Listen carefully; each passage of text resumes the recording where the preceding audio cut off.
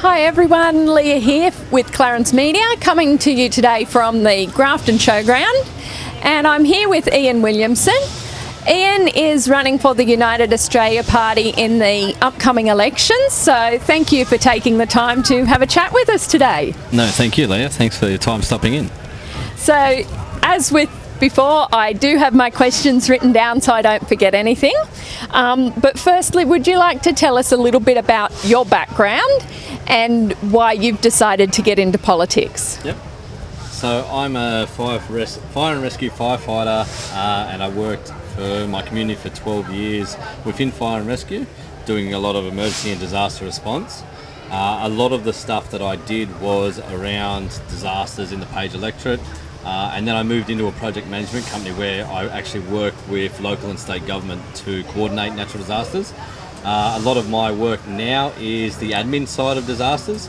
I picked up that there was a huge shortfall in what we were actually getting as a service on disasters. Not putting that on anyone in particular, it just needs a big rethink and a big overhaul, and that got me interested in politics. Okay, and so what part of the electorate are you from?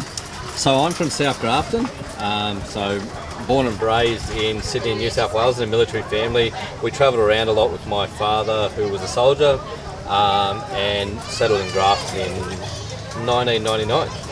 Okay, so you've been here for 23 years. Yeah, been here for a fair while, travelled in and out of the area, but always came back.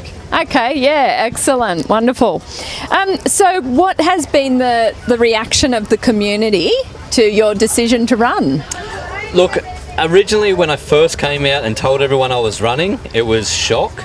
A lot of people were a little bit hesitant on United Australia Party. They're a mining party. They have a background in mining with Clive Palmer. So obviously a lot of people were shocked when I said I picked United Australia Party. But United Australia Party has offered such a huge media campaign for the national media, as well as they've given me all the shirts and hats I need, some generic signage. A lot of this stuff I've purchased myself as well. But yeah, the reaction is amazing. What's happened here at the show yesterday and today, hats and shirts going out the door. Yeah, you all do day. look to have a lot of hats and shirts here. We had a lot more yesterday. I think we've gone through probably 2,000 hats already. Oh wow. And we're on our last couple of bags of shirts, so it's gone amazing. The reception from the community is really good. So we should see a lot of yellow hats getting around the area. I sure hope so. Oh dear. So, okay, you mentioned sort of the United Australia Party. What would be your favourite policy of theirs? Yep. That makes you think, yep, these guys are the guys for me? Yeah, so United Australia Party has a 15% iron export licence. So on iron ore that leaves the country, we're going to put a 15% licence on that. We're currently selling it for around $200 a tonne and buying it back at $20,000 a tonne. All we're doing is putting our margin in the front of that. That's going to be secured to pay the debt. Our debt of over $1 trillion. We're going to use that, quarantine that money into the debt itself to secure the money for all the money we're paying currently that's going onto that debt and the interest. We're going to have that to bring back into the economy and give it to stuff like we're doing free education, so HECS debts, uni, everything's going to be free for secondary education. We're going to give pensioners an extra $180 a fortnight out of that money. We're going to put $40 billion into hospitals. So it's one policy, but it has such a huge on-flow effect throughout the entire community, just bringing that money back in Australia. Quite a far-reaching effect. Yeah, okay, fantastic. This is I guess, a non-political question. What is your greatest achievement? That's a great question. I'd have to say my daughter, to be honest. She's a spectacular kid. She's 16.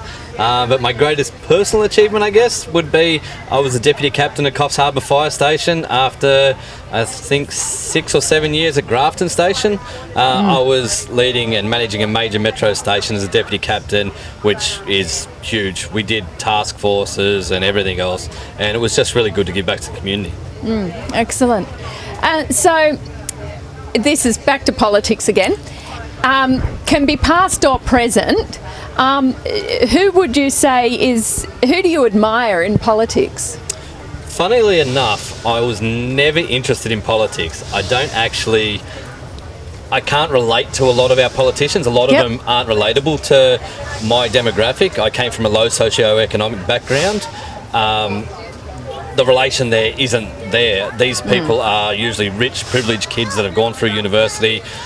So yeah, I couldn't relate to any of our current or previous politicians, except for maybe Bob Hawke, who could scull a beer like a boss. That's probably the best one I could think of.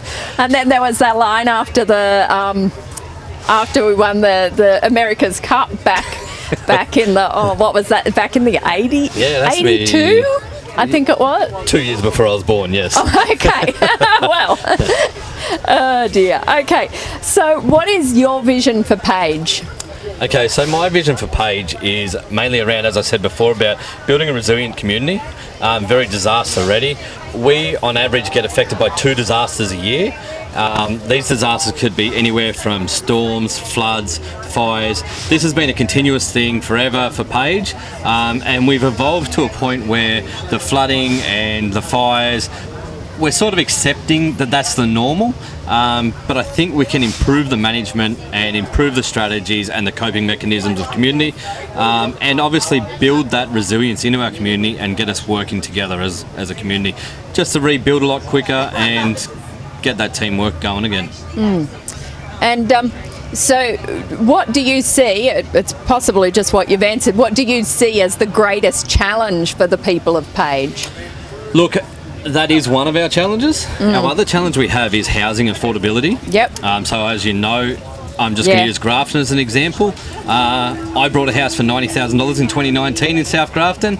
It was a bit of a rundown house that we fixed, but after that, a house in the street behind me sold this year for $600,000. The price difference to the wages in this area has just gone through the roof. Yep. So United Australia Party is intending to freeze interest rates at 3%, which should cap the housing market for a bit and give people a chance to catch up. But then not only have that, but it will have the on-flow effect that rents won't increase due to interest inflation. So last, 2 days ago, we had the interest went up by 0.25%. That added on average $65 per month to the average mortgage. The average landlord is going to pass that on to the tenant. So that's where I think our greatest challenge is, keeping housing affordability and getting people, keeping them in houses. It's certainly a big one in the area, isn't it? Yeah, definitely. So what does the future of PAGE look like if you're elected? Very prosperous. Yeah, that's the way to go.